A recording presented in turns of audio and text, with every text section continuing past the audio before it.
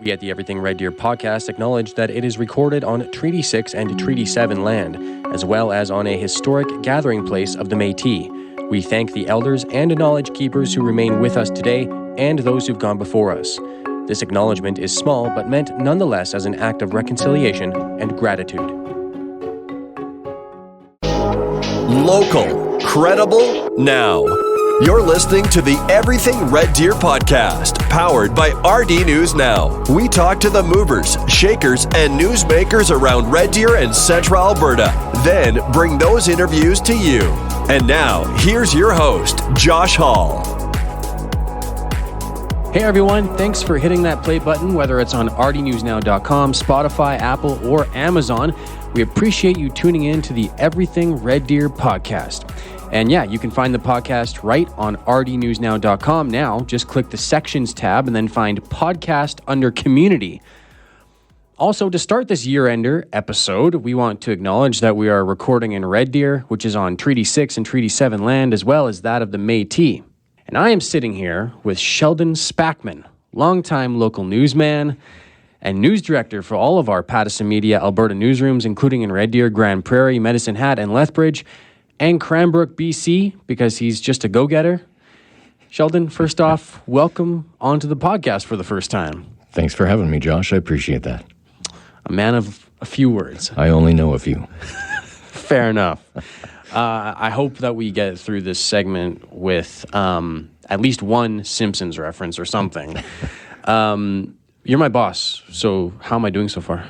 So far, so good. Yeah? But the interview's not over, so. Okay. There's a good Bryan Adams album so far, Yes. so good.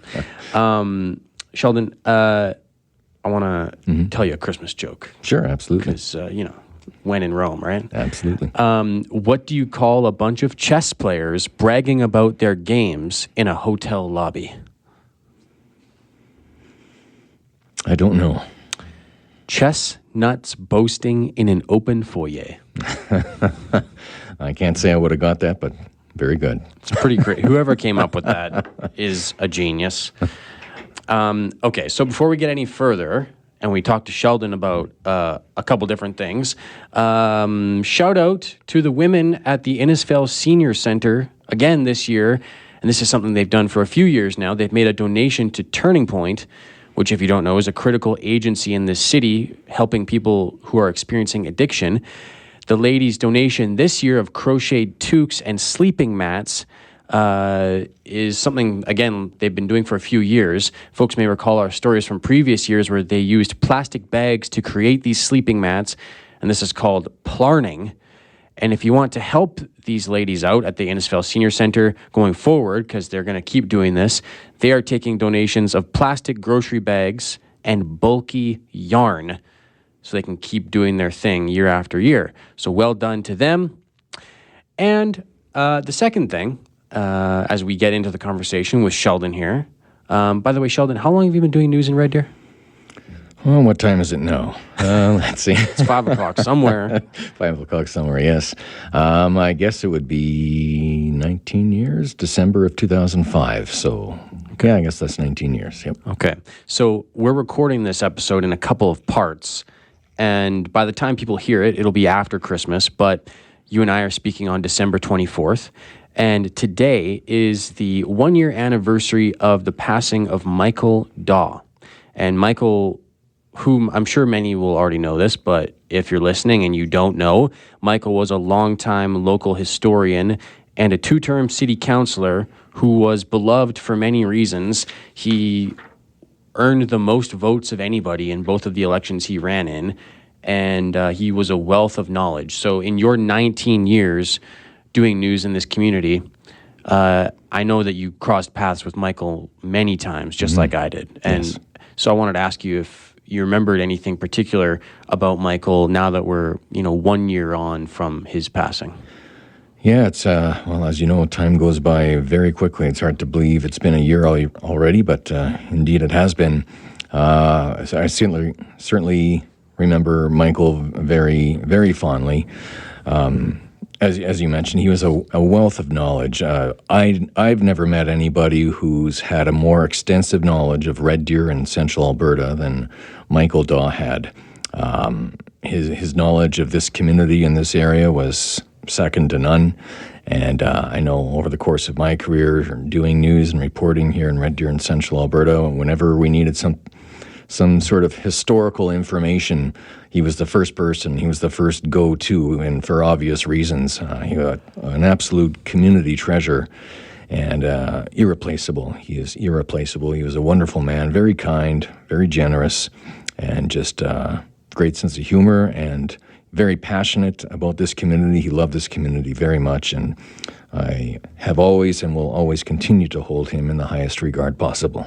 Mm-hmm. Yeah, well said. And we hope his family is doing well right now.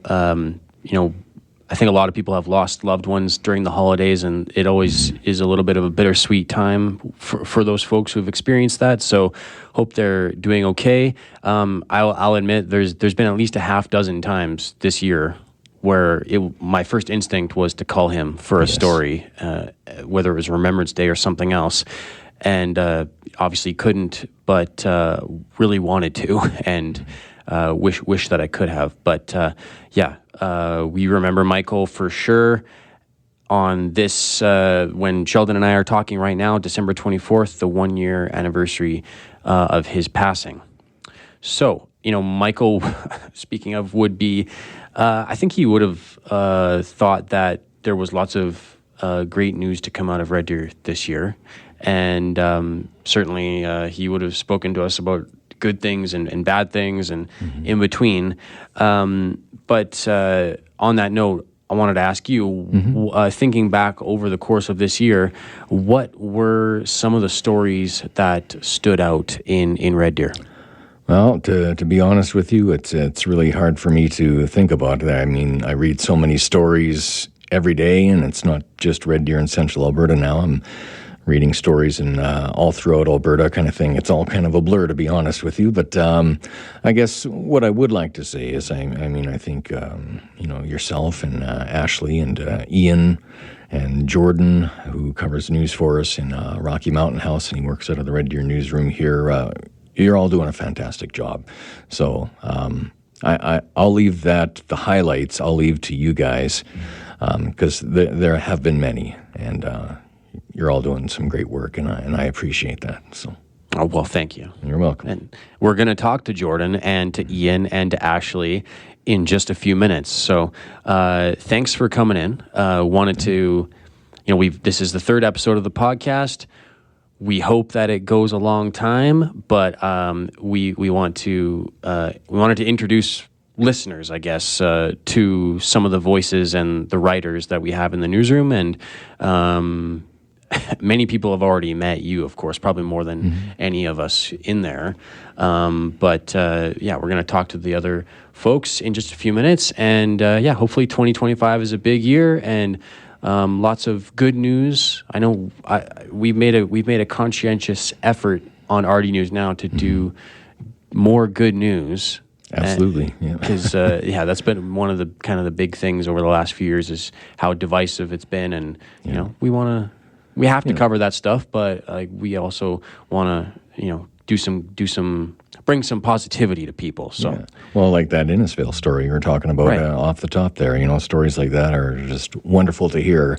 It's easy to get jaded, and we just have to remind ourselves that there are still some good people doing good things in this community.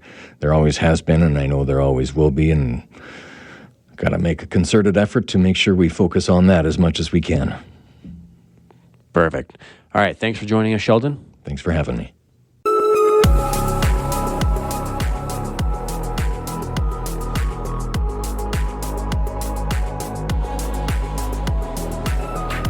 We are back on the Everything Red Deer podcast. Thanks for joining us. And today on the podcast, we're getting to know all the members of our newsroom. And right now we're joined by Jordan Rain, who works out of the Red Deer office, but primarily covers Rocky Mountain House for 94.5 Rewind Radio. Thanks for joining us, Jordan. Hey, thanks for having me. All right, so today we're talking to Jordan about the Rocky Mountain House area primarily.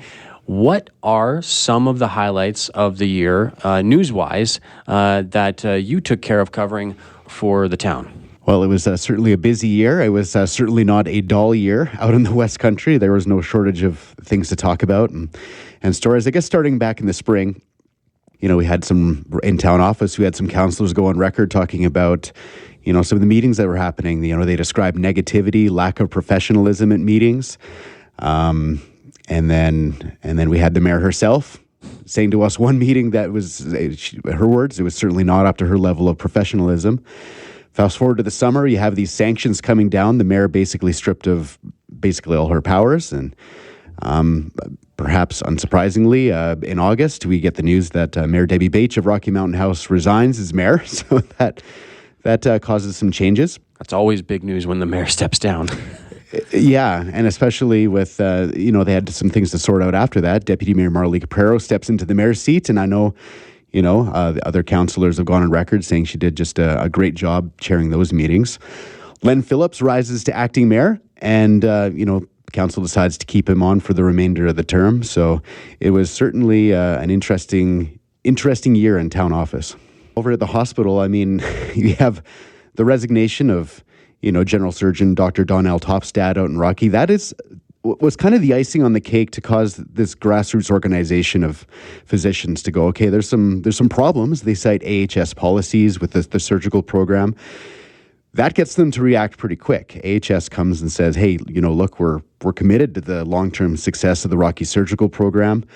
There's the new Rocky Medical Clinic that's being built. And I've just been really impressed this year with the generosity of people out in Rocky, thousands and thousands of dollars being donated to the Rocky Health Foundation to help with things like cardiac monitors and things that are needed at the hospital. Other things going on before we get to, the wider West Country. Like in town, they did the new Community Events Committee. They did some exciting new things, Alberta Day celebrations. And, they've kind of redone refigured out how they want to do community events in town. So they're looking forward to trying some new things in 2025. And outside of Rocky Mountain House, the big news story this year, I think, was definitely the Caroline amalgamation. It's something they've been talking about for years, going back almost 20 years, and now it's official. I think it was kind of going that way for a while, but I know, folks in Caroline, they're excited to have, the resources and expertise that the county is going to offer. But at the same time, people in Caroline, they're proud of their community, and as Clearwater County Reeve Michelle Swanson said, Caroline's always going to be Caroline. They'll be represented by the county, they'll pay taxes to the county office, but, Caroline is never going to lose its, unique appeal and charm, which I think was a great statement. And in Leslieville, a community that's near and dear to my heart, I actually grew up just outside of Leslieville. They've done a lot of work there. The county is, it's kind of like the Caroline situation. They're taking care of all the work there, but the Leslieville recreation area, some great new amenities there. They tried something new this year, the Leslieville Block Party, which I actually went to with my family, and we had so much fun. Almost every other council meeting, someone raves about how great that Leslieville Block Party was. They're planning on doing it again in 2025. And another cool thing I enjoyed covering was the Rocky Ag Society putting up historic markers at historic school sites. They have some 70-odd school sites. Some are still standing, some are long gone, but they've been researching the history, talking with landowners, and, if it wasn't for that, it would just be, an empty plot of land in a farmer's field lot. But now they have these markers where a school once stood, and you can actually go on their website and read about the history of it, and I think that's just a great initiative. And one more I'll mention here is Nordegg revitalization. The county just passed $10 million to continue investing in it this year. So they've got industrial, commercial, residential subdivisions all marked out. And I didn't realize this, Nordegg doesn't have natural gas. So everything there is powered by propane. So there's some efforts there to get a natural gas line there, which is hopefully in the future just gonna help Nordegg develop even more. And you did a story about Nordegg this year and how it's not going to be getting a school? Yeah, that's right. Yeah, back in 2017, they had kind of a hybrid program. So they'd have a teacher come out from Rocky one day a week to teach kindergarten to grade 5 or 6 students. And there's some community members who wanted to do that again, but they looked at the logistics of it to get a space, and they did a survey. They asked residents, what's your level of interest, and they got sort of mixed results. I mean, they're not saying no forever, but no for right now. They're not going to be pursuing to bringing back that hybrid program, at least in the near future. Well, there you go. I think you said it off the top. It was certainly not a dull year in Rocky Mountain House or the surrounding area, as evidenced by the list that you just gave. It was actually a pretty exciting year in the Rocky Mountain House area. It really was. Yeah, I think we may have had like one, maybe two, what you called slow news days, but there was always something going on. It's been a very busy year. And I'm assuming it means a lot to you to be able to cover, a region that you kind of grew up in? It really does. Yeah, this is my first year covering Rocky, and it's been great to reconnect with the region and some people that I've with the Rocky Ag Society, reconnect some familiar faces there, and with the Rocky Rams the Rocky Rams hockey team. I used to play hockey with the head coach Wendell Mason, so it's been great to reconnect with him and to meet some new faces, on both the county and town councils, and people with the Rocky Health Foundation and many other organizations. I'm not going to list them all, but I've been so impressed with the good work that's gone out there and the generous people, and it's not always an easy. Sometimes it's an uphill fight to achieve some of those goals, but there's people who are committed to the community in the West Country, and they want to see good things happen there. All right, thanks for coming on to the podcast today, Jordan. And obviously, a lot of people will know you a little bit from working in local radio over the past several years before you came here this past March. And you've been doing a great job for RD News Now and for 94.5 Rewind. So we appreciate all that, and I appreciate you coming on. We'll have you on again down the road. That sounds great. Thanks for having me.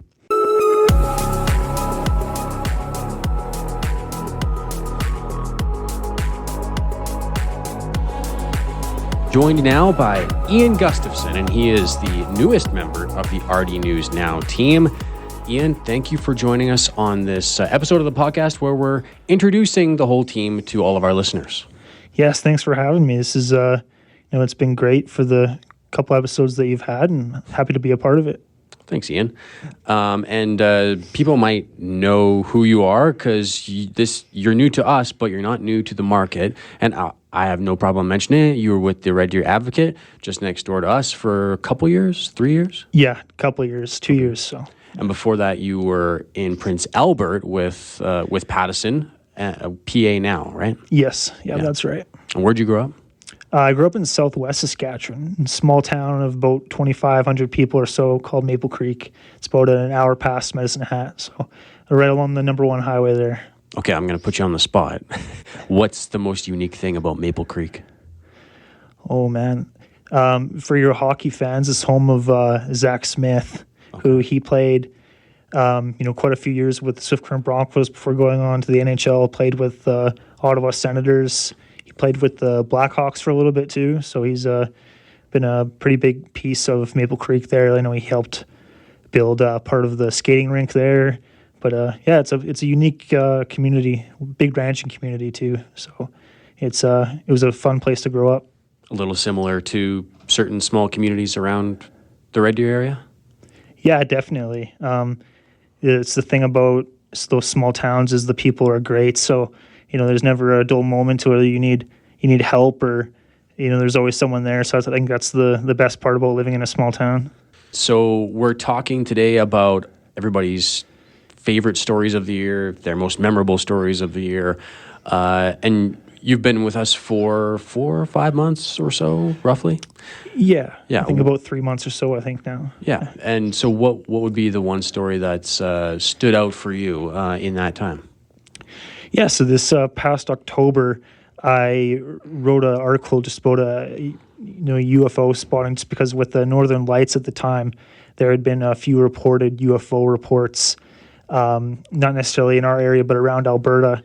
And that was a big part of the reason for the story. So I spoke with a UFO expert from Enigma Labs, it was called, and it was quite a unique story where there was about 1,200 UFO sighting submissions on Canada and their network over the last few months, but over a total of 14,500, just a little over that in Canada on their website as a total. And it was quite unique getting to chat with him, he got to talk a little bit about, what UFOs have looked like to certain people.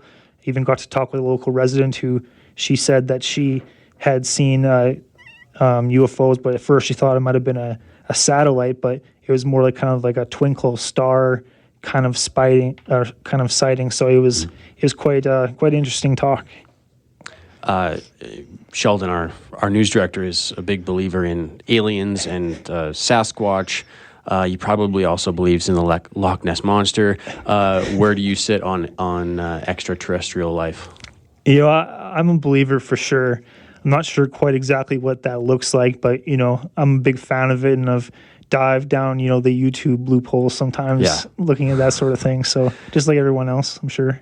I think there's, just with how vast the universe is, there's no way that we're the only ones. So thank you for sharing that story. That was an interesting story. And I feel like this year we had more alerts and more opportunities than ever to see the Northern Lights. So I know there's obviously a specific science around the aurora, but lots going on beyond our world that we just don't know about a lot, right? Yeah, absolutely. If I was a scientist, I would definitely be looking more into that. But all we can do is do stories on it, and maybe someday we'll see a more clear sighting than what we've seen in the past so far. Mm-hmm.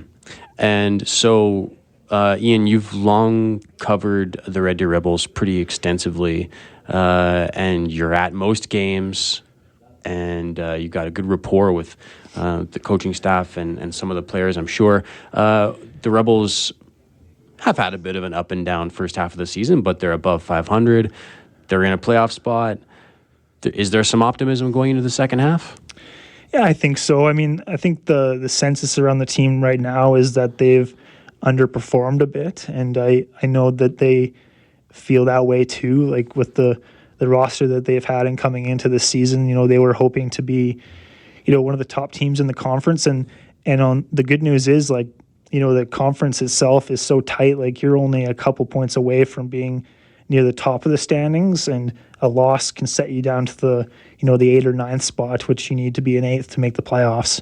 But it's just a matter of points between the two teams. So really, at this point, the Rebels' destiny are kind of into their own hands. But they've had plenty of good signs early on in the season with some young players. So I think the second half definitely is full of optimism for them at this point. And the one thing, well, not just one thing, but you do a lot of good stuff with your Rebels coverage. But I particularly appreciate all the stats you put out before most games on social media. So where can people follow you on social media if they want to check that out? Sure. You can follow me on X. That's where I do most of my reporting on the Rebels, which is at Ian Gustafson 12. And that's IANGUSTAFSON 12. The number 1212. Perfect. Well, thanks for joining us on the pod, and we'll have you on again down the road. Thanks for having me. I appreciate it.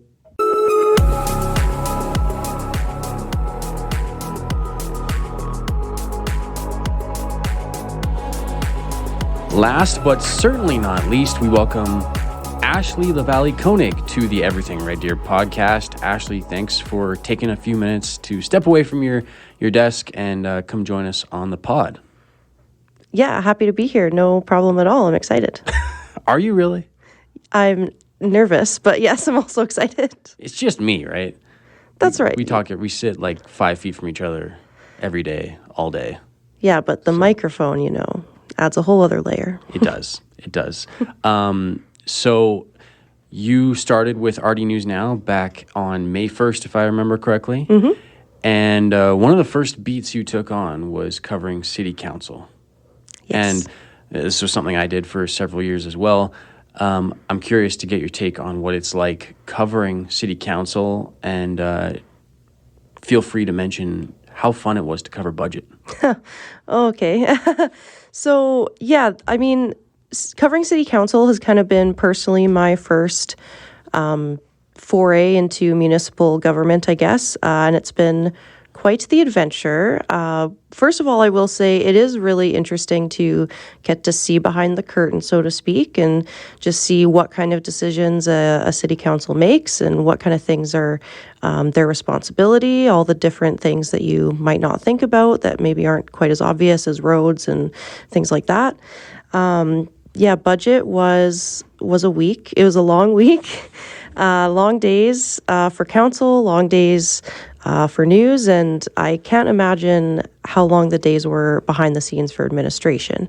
A lot of work that goes into the budget process, a lot of time and effort behind the scenes and right at the front too. So thank you to them for all that work, I guess. And yeah, we made it through. I will say it wasn't an easy decision. It was a long week. Emotions ran high. It was very tense. So it wasn't an easy decision. I can say that for sure. Yes, and if you've seen a city council story on our website since May 1st, it's a 99% chance that it was written by yourself. Yeah. There's probably no more important place for a journalist than where politicians are working, whether it's municipal, provincial, federal, because these are our elected officials, and it's kind of our job to hold them to task for everybody else. So you've done a great job asking hard questions and writing excellent stories about city council. And those meetings can go long. They can be interesting. They can also be tedious and a little bit boring. But that's the life of covering city council. So great job on that. And I know you've had the opportunity to cover a whole bunch of other things besides city council. So why don't you share with us what a couple of the most memorable stories were for you this year? Yeah, for sure. Well, Kitchen 49 was definitely a memorable experience. I had the privilege of attending one of the food bank's classes that they offer both for community members and for their hamper clients.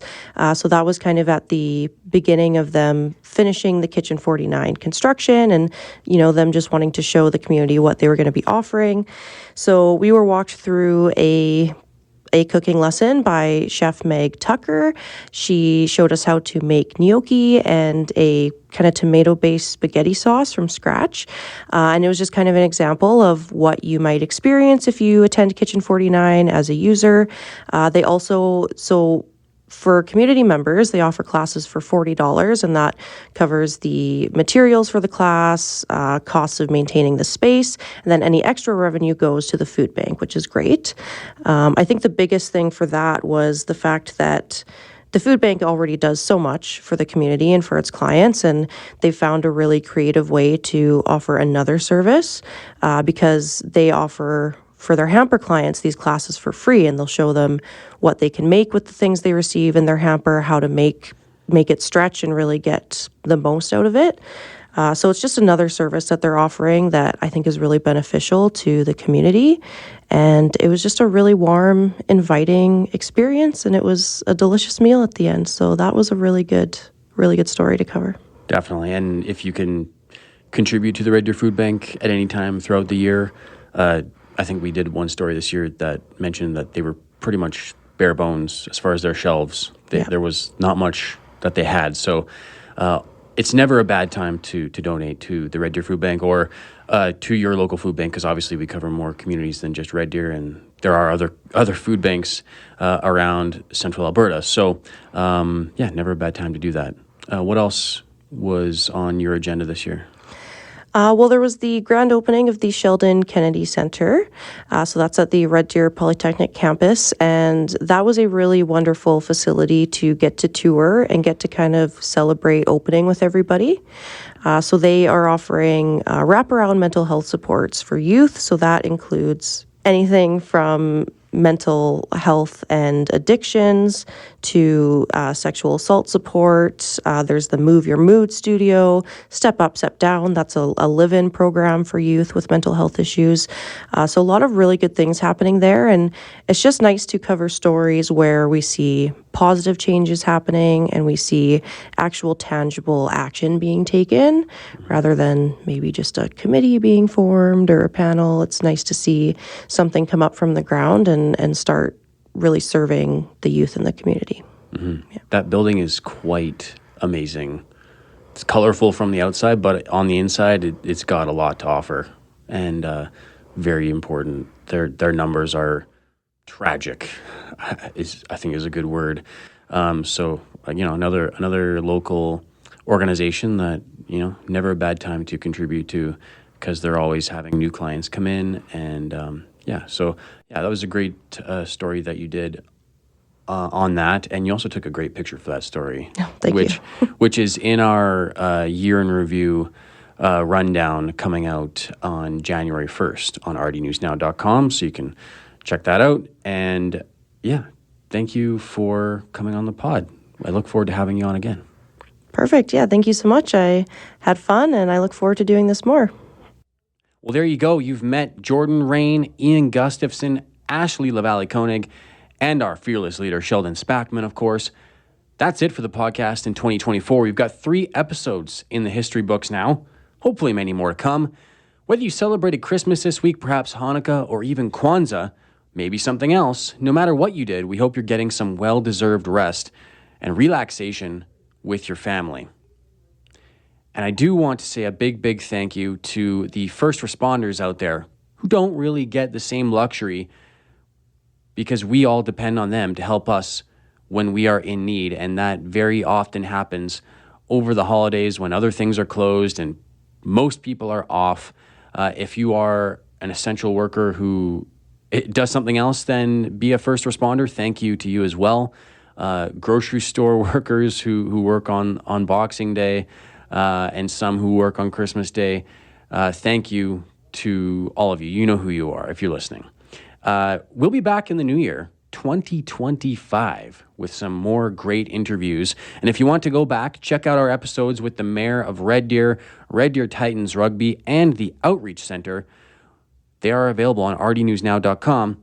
Check those out, as well as our year in review stories. We do them every year. We talk to the local mayors, some other local organizations like Red Deer Polytechnic and Westerner Park, and they are all available this week on rdnewsnow.com. And hey, while you're at it, give our friends at Big 105 and 106.7 Rewind Radio a listen too. Please and thank you. Cheers for now. Happy New Year. Build up your community now and in 2025. This has been the Everything Red Deer podcast, powered by RD News Now. This podcast is produced and edited by the team at RD News Now and Pattison Media Red Deer. Make sure to download our mobile app and subscribe to our free daily newsletter by visiting rdnewsnow.com. Thanks for listening.